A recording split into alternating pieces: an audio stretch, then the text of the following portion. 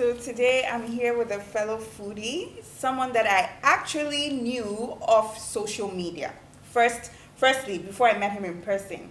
And it's funny because you know how they say like when you know someone of Twitter or you know someone of Instagram, you guys become sort of like a family or a community. Like someone will ask you, "Oh, how do you know that guy?" And you're like, "Oh, we go to the same Twitter. Have you seen that thing before?" And then I found out that we have so many interests, we have so much in common. So I'm really excited to sit down with you today. So we have something interesting planned for you guys today. But before we get to the kitchen, we want to get to know who he is today. What's up, Blue Cheese? I don't even know why you're laughing. So we want to get to know you today. Tell us, what's your name? We know you as Keeks or Kiko. We know you as Master Blue Cheese. Where you grew up. Who are you? Why you are where you are today? Yeah. So my actual name is George Frederick Odoy. Such a white boy name, George Frederick. I'm actually Ga, I'm not white. I'm very Ga. Second son of a priest and a chalice assistant. So my parents are both church workers. You're kidding. Yeah.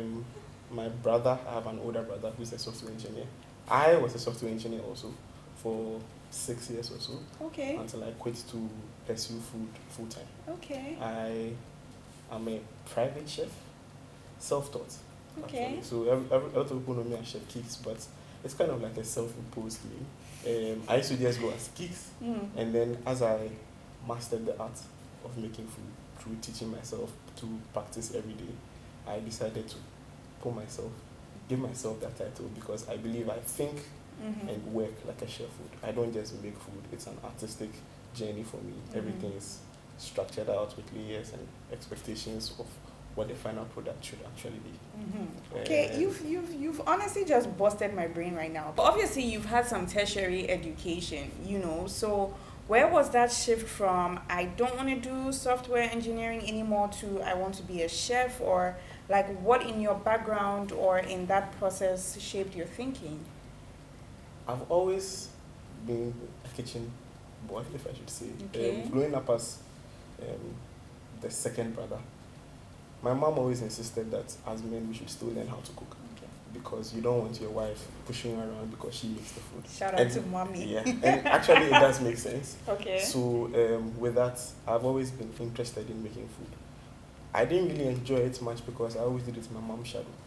But as I grew older and as my parents' responsibilities at church grew, they would make me make Christmas lunch, Easter lunch. So I got a feel of what it would be like to make food on my own terms.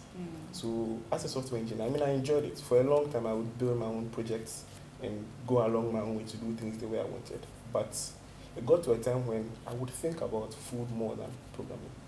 And you have deadlines and you're thinking about what you're making for dinner for your friends later on. It became a little problematic for me. So I got offered a job by a friend to come and be his private chef. He would match whatever salary I was getting as a software engineer. So it made business sense. At least I didn't have to do all the transport and all the other things that came with having to go to work every day. And I could focus on something I'd fallen in love properly with. So I decided to quit and see if this is a journey that I'll be willing to go on. Wow. How did your parents take it? How did your brother take it? My brother was actually one of my supporting the people in my circle who supported it. He's a software engineer too, so he understands what I meant by my passion has shifted from it. Because software engineering also requires a certain amount of constant passion to be able to get the best work out. Nobody wants to be a mediocre developer. So as much as I was good at my job as being a developer, losing your interest makes you lose the little bits that makes your work stand out amongst everyone else. So he advised that if I really wanted to do that, pray about it, take your decision, and then take the leap. It wasn't as if I was quitting to go and start making food on my own terms. I had quit to go and make food where I was getting paid. It just made more business sense. So it was a sensible risk to take. And your parents? Let's just say they weren't exactly excited. My dad didn't really have a problem. He wasn't excited, but he didn't have a problem. My mom, on the other hand, did not like it at all. She felt I had wasted my life going to school, and all of that, and then now you want to stop what you are doing, something you've worked so hard to get good at, to go and cook. Also because a lot of people don't consider cooking as a first rate job. Yes, especially in Ghana, you get people saying, oh, like, the person's a caterer or the person's a cook. So even Exactly. that title, chef, for a long time, I feel, I don't know about you, was not, like, respected. It still has its challenges here and there. But that's basically, my parents were not exactly on board. But when you know what you want to do, and you put your heart into it and you put in maximum effort, eventually it shows. And now my mom calls me chef. My dad, I cooked for my dad for his birthday a few weeks ago, just to show that now they appreciate what I'm doing and they are helping in whatever way they can to help my dreams to come to reality. That's so sweet. That's really sweet. I'm going to ask you a question that I'm sure you've gotten millions of times. And I don't want to be cliche, but like I said, even you introducing yourself threw me off. So you had dreads, yes, as the kid of two church workers, as you said. Yeah, and do you get profiled a lot for that? It's Ghana, you always get profiled for it. Once again. Yeah, but how has that like shaped your thinking and your work ethic? I know a lot of people who have dreadlocks who are doing amazing things for themselves and for their country. I know a lot of friends who do amazing work who have dreadlocks. I understand there's a stigma that comes with having dreadlocks, but it's something I've always wanted to have. It's When did you get them locked? May 2020. So about 3 years. Yes. Okay. But I've been growing my hair for a while. Okay. So I kind of decided to go on this journey, not to be someone who breaks rules, but to be part of the people who have dreadlocks and do good and make a positive impact in the society, such that eventually the stigma around people having dreadlocks changes. Especially men having dreadlocks in society changes, because I think it's just a look. It's a thing that has to do with how you see yourself. And dreadlocks are giving me a certain confidence that I didn't have when I didn't have it. In my craft, or you can bear with that, being a chef means you have to be confident and have conviction in the food you are making. And if that is lacking, it can be tasted in the food you are making. Absolutely. If having dreadlocks is what helps me to get to that point where my confidence is at the highest level, that I can execute and create to the best of my ability, then why not? How do you feel about people putting their hands in your hair? Is that a no? Is that a like, don't touch me? No? I don't really like being touched. Touched, okay. But then if you ask politely and I'm in a good mood. Why not, right? I don't know where your hands have been. I take off my hair. I don't want you putting things in my hair that can damage it later. Okay. It's just, most people who ask politely, They can. What's your hair care routine? Water in the morning, use a few essential oils. Okay. Then just take care of it every day. Hydrate, add oils. Sometimes you condition, you wash.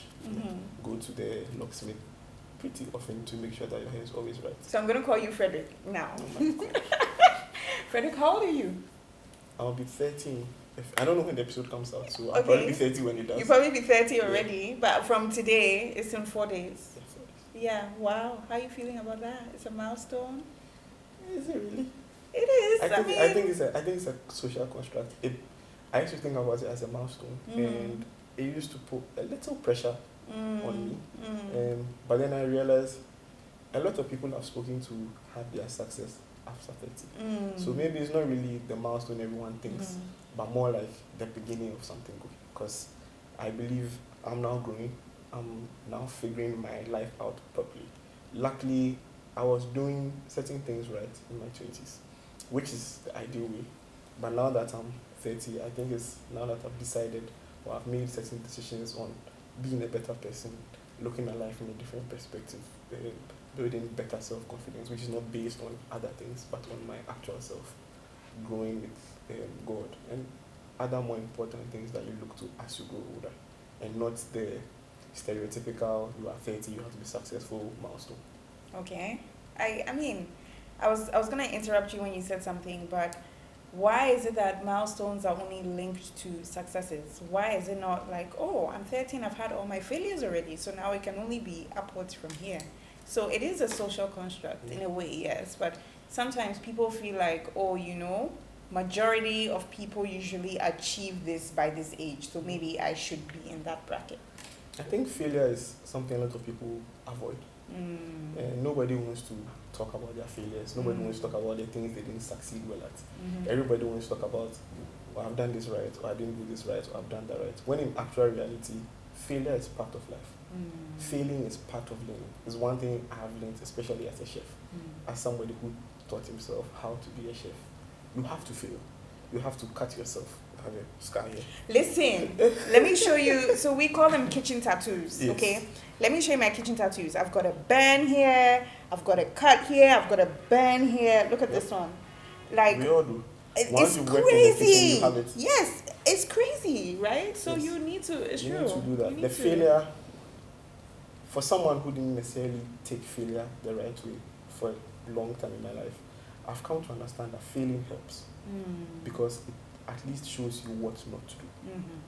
And it's good if you can learn about failure from people. And in that instance, it doesn't affect you because someone failed and you learned from it. That's fine.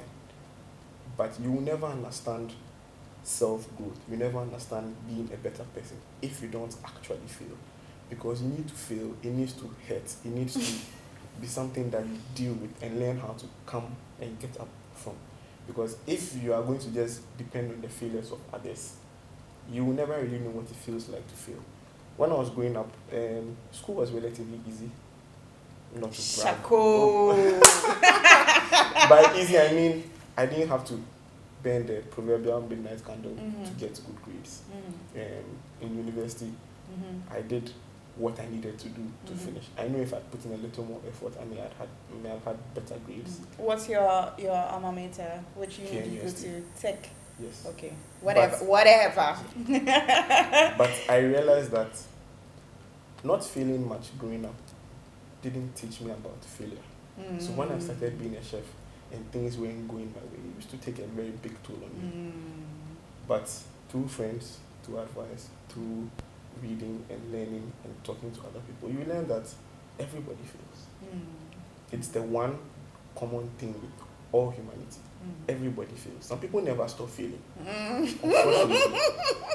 But everybody fails. And the failure is not the bad thing. It's what you do after you fail that determines the person you can be as you grow older. So, yeah. That's good. So you're 30. How long have you been cooking for? Cooking? Yeah. Since I was Not 11. not since being with mom and dad, but since, private chef, professional wise, or when, like you said, someone said they would match your salary from, let's call from that transition point. How long has it been? 11th December 2017. You even remember? It's like an anniversary date for you. It's very important to me. Yeah. It's a very important So that's day 6 years already. Yeah, when I made the actual shift. And I used to count how many meals I made until I started a restaurant. I was north of 8,000 individual meals. Counting always helped me see that I was going further. Right. So every time I make something for more than one person to eat, I consider it a meal. And I was stuck making a minimum of 3 square meals every day. So you do it every day, over and over and over and over again. And for me, I try not to cook the same thing the same way twice. So that's one of the things I've struggled with having a restaurant, because you want to be able to cook things consistently. Not that I can't do it. It's just a habit I picked up of always tweaking something, changing something here, fixing this, realizing I didn't really like this flavor. Maybe I can switch it out. I didn't really like that. So with the restaurant, what I've found out is that that's why you have, should I say, an R&D session where you go through your recipe and figure out what a standard recipe is. What is R&D for the layman? Research and development. Research and development. So your dishes should be consistent, but with the change in seasons, the change in prices, the change with availability of ingredients, you should be able to have 2, 3, 4 multiple versions of the same dish, such that as these things change, you can lean on the other one to make sure that your food stays consistent all the time. Well, you're right actually. And something you just said, you had no prior business knowledge, did you? Yeah. So how did you just, go from being a private chef to now even being a restaurant owner, being, careful about things like recipe development? How did that work for you? Because, someone is out there, they admire you, they want to follow your footsteps. And I feel sometimes as mentors or as people in society, we make it look easy. But we don't tell them, like, the show is called Behind the Scenes. We don't tell them, like, the behind the scenes of, oh, I had to do this, or I had to ask for help, or I had to do blah, blah, blah. So how was that for you? I'm still learning. It's a continuous learning process. Like I said, mistakes, failures. You learn as you go along. You just have to take it in good faith when it happens and adjust. So I had no prior business knowledge, but I'd done a few pop-ups and I'd sold food for delivery and stuff. So you learn from those things. You try and put those into practice. Having a restaurant is a whole different business because now you're managing people, you're managing recipes, you are doing all those things. But the internet is a good resource if you know what to look for on the internet. The internet, to me, is my biggest library. Self-taught doesn't mean I just chopped up vegetables all the time. I learned online.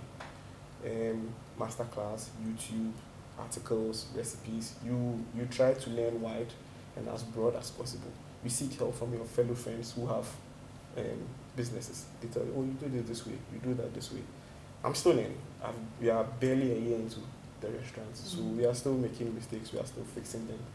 But you can't learn if you don't take the step. You can't learn these things in a vacuum. You can prepare as much as possible, but you don't know what happens when your gas finishes at 10:30 and you are supposed to start work at 11. You have to go through that process to understand how to do it. Also, now you need 2 cylinders, or you need 3, so that you always have a backup. Or you need a generator for when the lights go off, or you cook rice ahead of time for your fried rice, or have to cook rice on Tuesday, bag it, have it ready for Thursday. It just takes time and continuous effort. That's it's difficult, I'm not going to lie. It's time consuming, it's challenging, but it's worth it. Once you get it right, you sit back and look at the process you developed, and you're very proud of something you've come up with on your own. That's good. Is that the name of the restaurant, Blue Cheese? Yeah, is that the brand?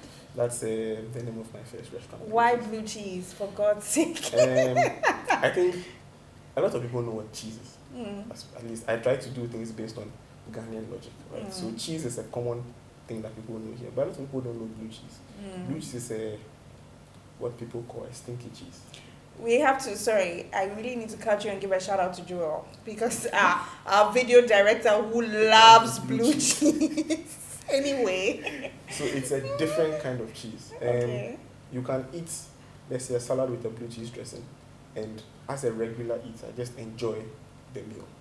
But someone like Joel, who appreciates blue cheese, will now see the depth with which the flavor profiles match because of your salad.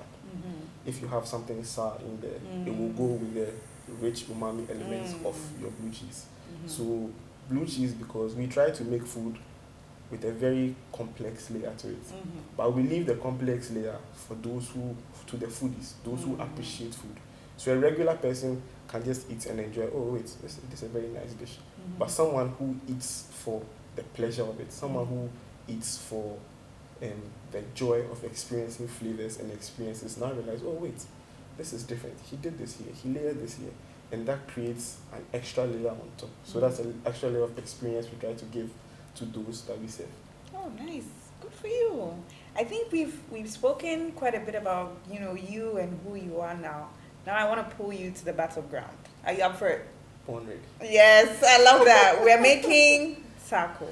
Yes. I don't think you can beat me though. I was about to say, I know that is your field, that is your forte, but I'm really, guys, going to try and eliminate him today. So you guys need to back me up.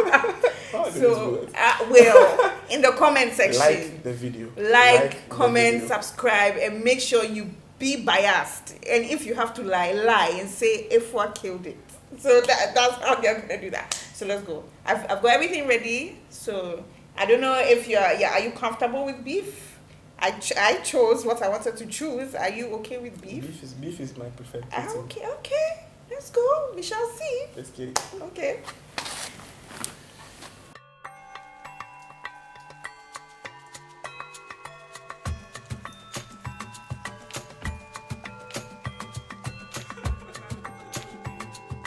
So today is going to be, and you understand why I'm saying this, working smart or working hard.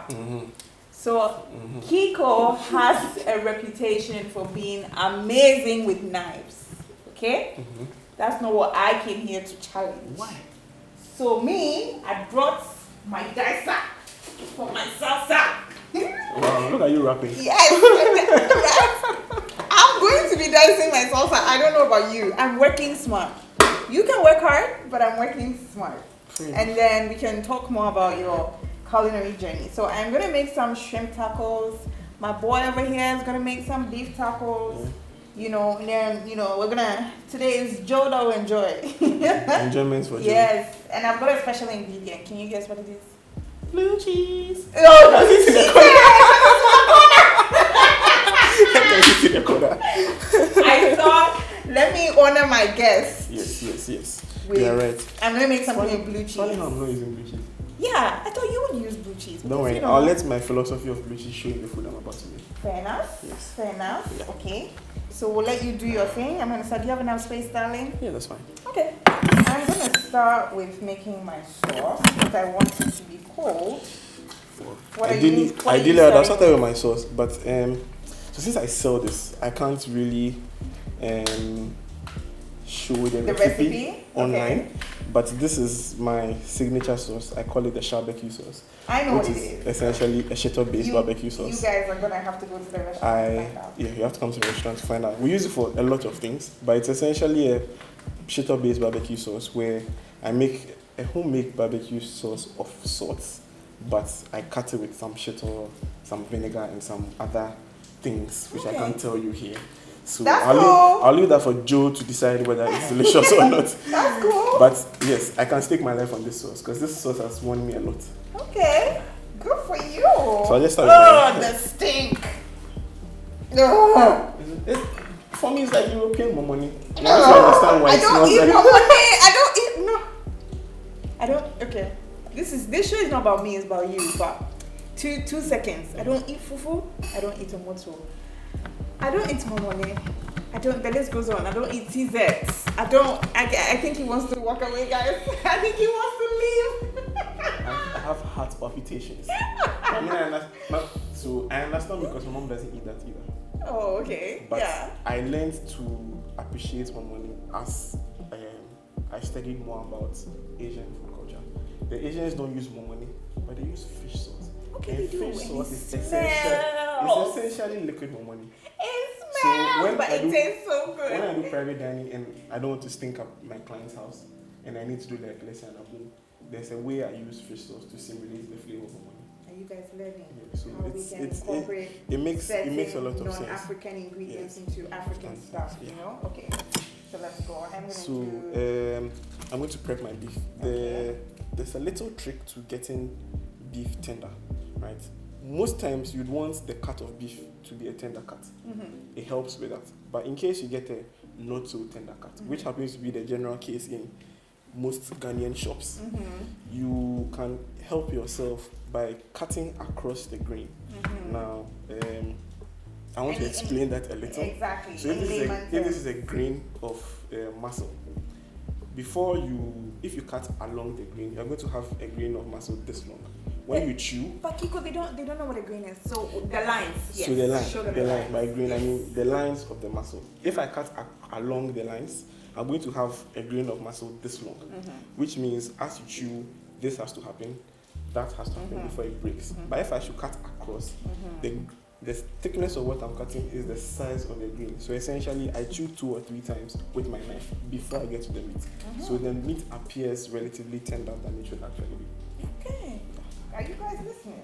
That's what I brought him here for, to be honest, because this guy is big on education, and I love that for you guys. That you're gonna be learning so much. I don't even like school. You don't even like school. Someone that was a shock. So something you said brings me to a question I want to ask you. Being a private chef and a restaurant owner, what are some of the challenges you have faced in Ghana? Because I know privately, you've complained to me about a couple of stuff, but essentially being in the environment that you are in now, what are some of the challenges that you have faced? One of my main challenges is sourcing of ingredients. Because obviously, as a chef who likes to experiment, finding the ingredients is one headache. an even bigger headache is affording the ingredients. So it runs across. But what I find that the advantage I got from that, it's helped me to understand how to use things which are more affordable to me to the best of my ability. So you learn how to make tougher cuts of meat appear softer. Because there's nothing worse than working on some meat and the meat being tough. It ruins the entire experience of the dish.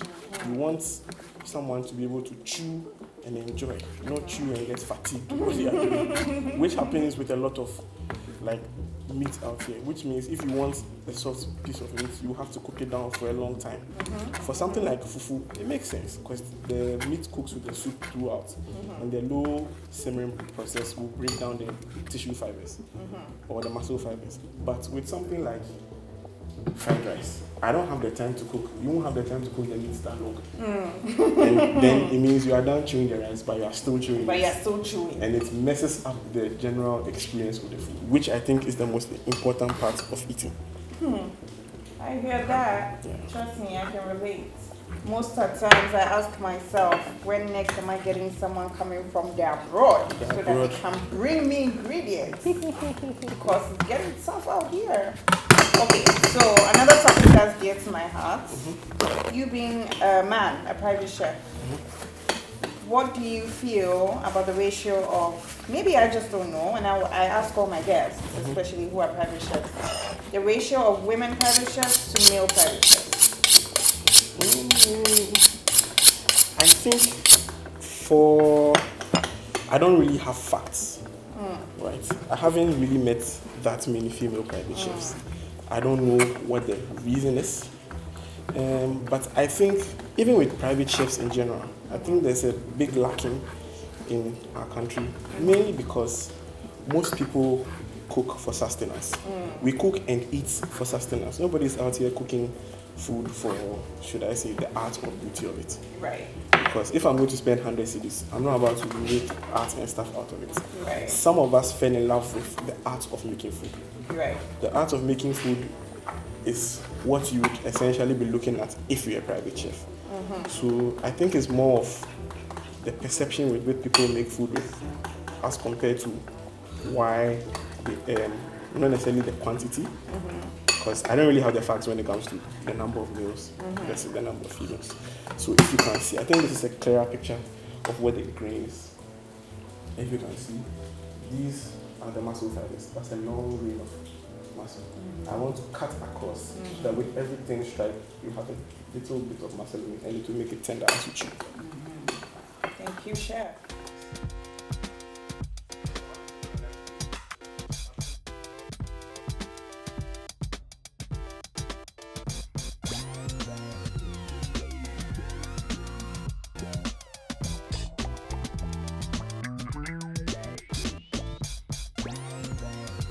I can't believe I went to fight the weather app because the weather app lied to me yesterday that it would rain. Really? And today the weather app said, well, I told you, guys, sorry, if you hear a little bit of interference, it's raining cats and dogs today. Yeah. And you know how he was just telling me everything stops in Ghana when it rains. Yep. Nobody does anything. Madam, I can't come to work, it's raining. A lot of people know you as a social media chef. What would you say your specialty is? I know you for Mexican food. Even for the program that we did around the world, tacos, burritos, that kind of stuff. But what would you say your specialty is? Would you be surprised if I tell you my specialty is noodles? Noodles? It's my... You said noodles? Yes, it's my comfort food. Really? I don't really make it out much because noodles don't travel well. That's my main problem with it. Yeah, they don't. It has to be something I'll be eating fresh. But if I had the chance to choose what I make every day, it would probably be noodles. Really?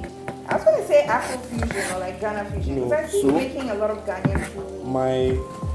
The cuisine I make, I like to call Ghanaian intercontinental fusion. Because I pick a dish from wherever it is, lace it with a lot of Ghanaian influence, and then as I develop the dish, I choose techniques and flavors from different parts of the world to make sure it all comes together, whilst maintaining the integrity of the dish. So, like I'm making tacos. I don't want a Mexican to see something and say, these are not tacos. It has to be technically a taco. Okay. Right? Okay. The technicality of a taco has to be there, but the flavor profile and other things Could is be entirely something up to you. else.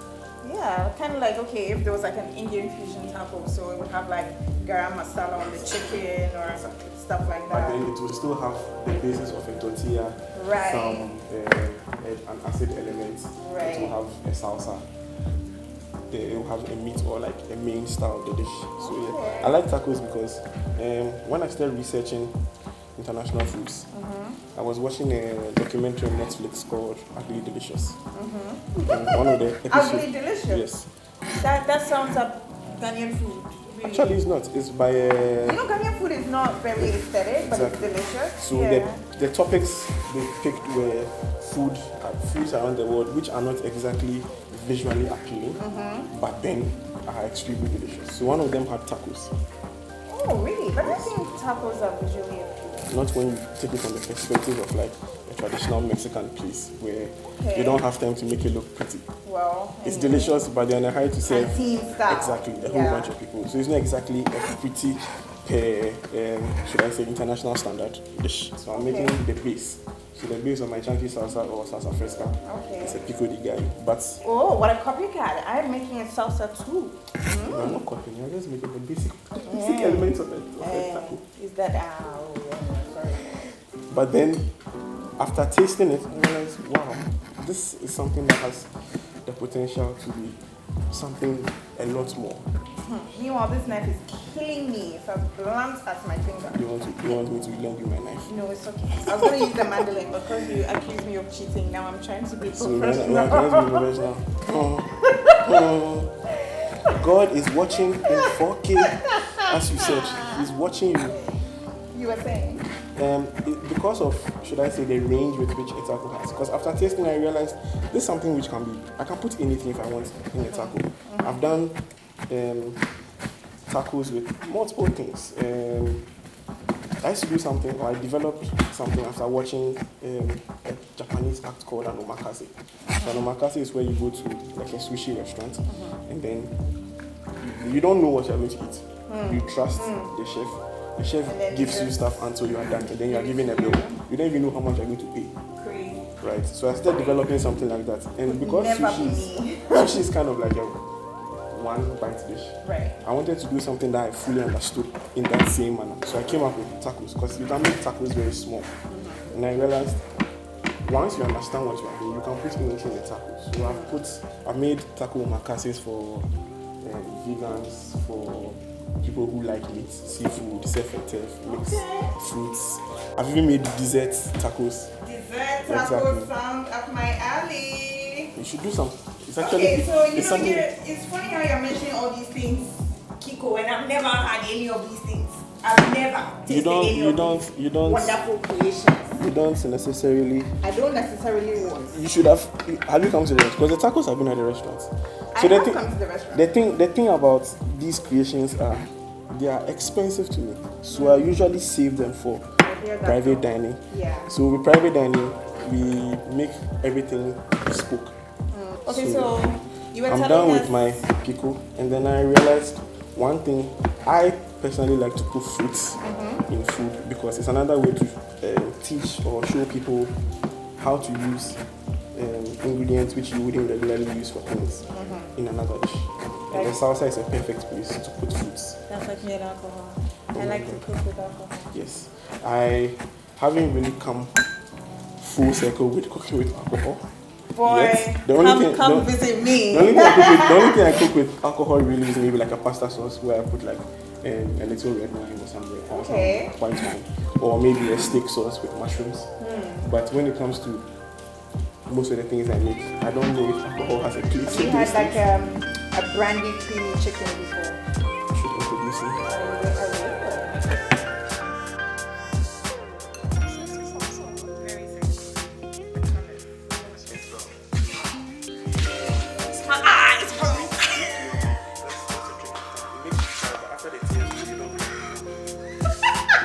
These onions are old. My knife is like, what is this? What is this? I didn't want to bring my personal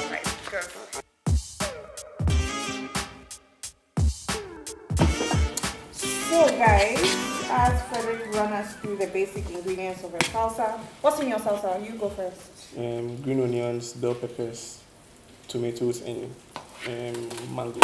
Okay. I have onions, tomatoes, cucumber, and habanero peppers. Yes, we are using this thing. I'm working smart, so I'm not working hard. But look, you guys, look at the knife skills on this thing. It's almost the same as the machine I'm using, eh? Fine and precise. Yes, Go. What's the brand of knife? Hello? It's just a regular knife. It's nothing. He's like, I did this all by myself. Yeah, it's my palm. It's not a knife. By the time I'm even done with this, you'll be done with your tacos and eating. Yeah, I'm just waiting to You see, guys, sometimes it's even working smart is time consuming. Because now you have to do the knife work. Yes. And then you put it through that. I gotta chop it up, rough chop, then I gotta put it through this, and then I gotta wash this. Yeah.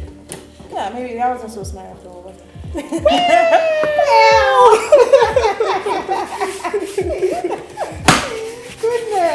Yeah. I'm not exactly a taco girl, I won't lie. Why?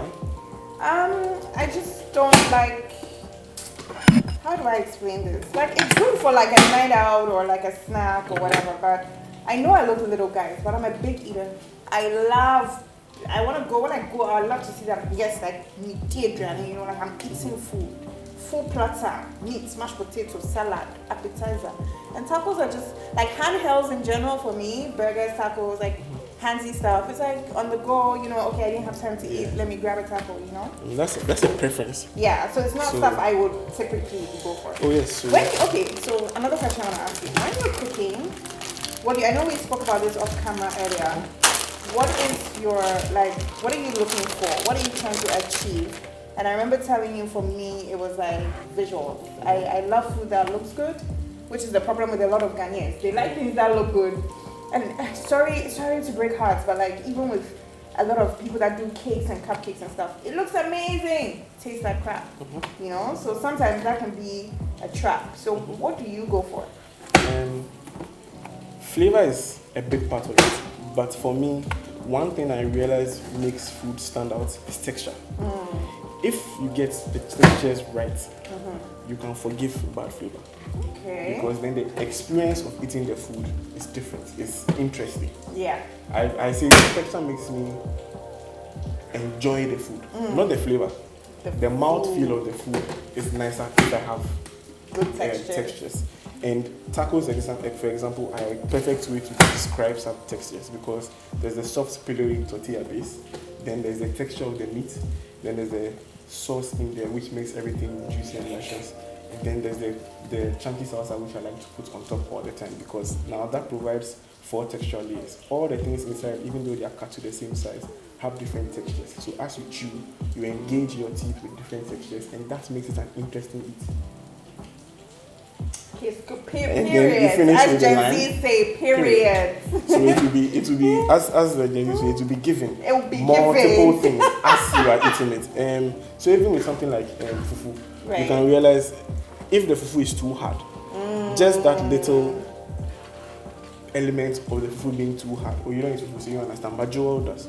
The fufu being too hard will mess up even banku. When I was growing up, my mom used to say that when you're eating banku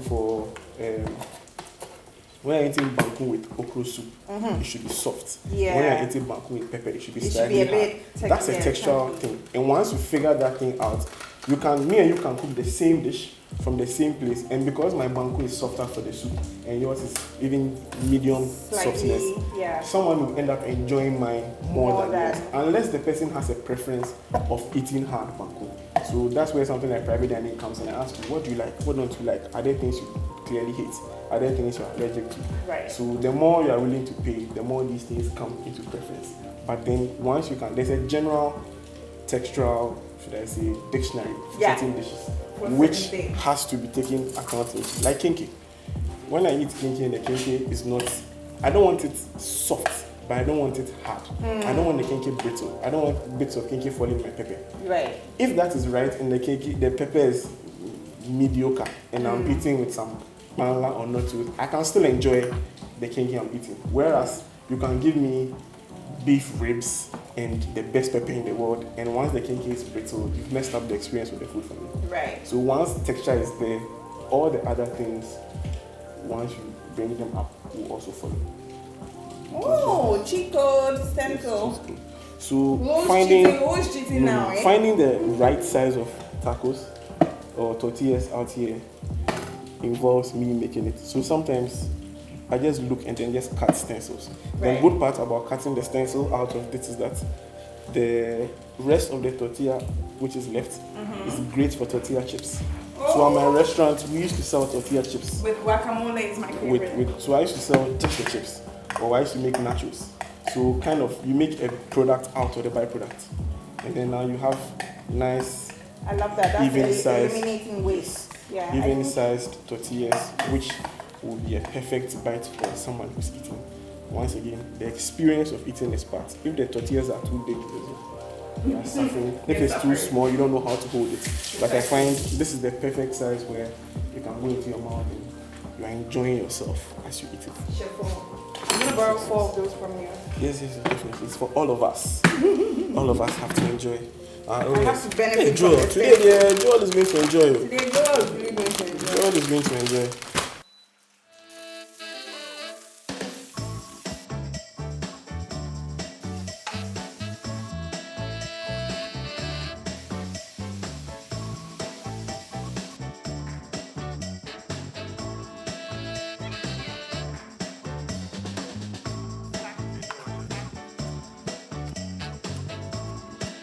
So, I also have a question for you. Since you've been asking any questions. I asked the questions here, sir, but go ahead. I know you've had professional culinary training. So, why are you no longer practicing? Like, why aren't you on the line working in like fine dining establishments? I don't want to, you see, because people have the wrong idea when you start talking about like being a professional chef. But not to sound away or anything, but sometimes in that environment, it limits your creativity.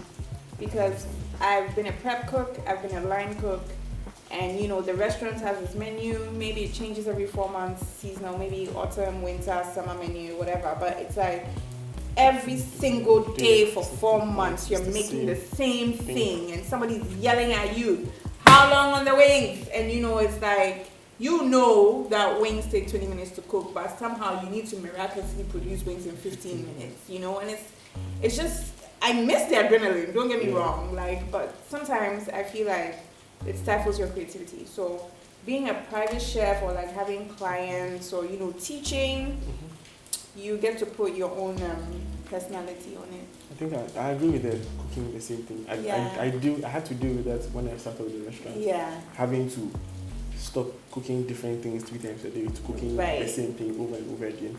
Right. But I took it as a challenge to also, like I said, standardize my menu, knowing how to do something as a force of habit. Yeah. So that whether I have a headache or I have a running stomach or I'm not in the best of moods, I can still produce my dish the way it's supposed to be. So it's, I can understand you, but yeah. So yes, I do have a gift for you. As you go your stencil. I want a masculine color. Yeah. For that, you get pink. I want masculine. How dare you say that? All colors are beautiful. There's no feminine or masculine color. It's masculine. I ain't gonna lie, I'm not finna use this blue though. Or is it green? What is it? It's like a green? Okay, fine. I don't even know what color it is. The peach matches my dress. Both of them?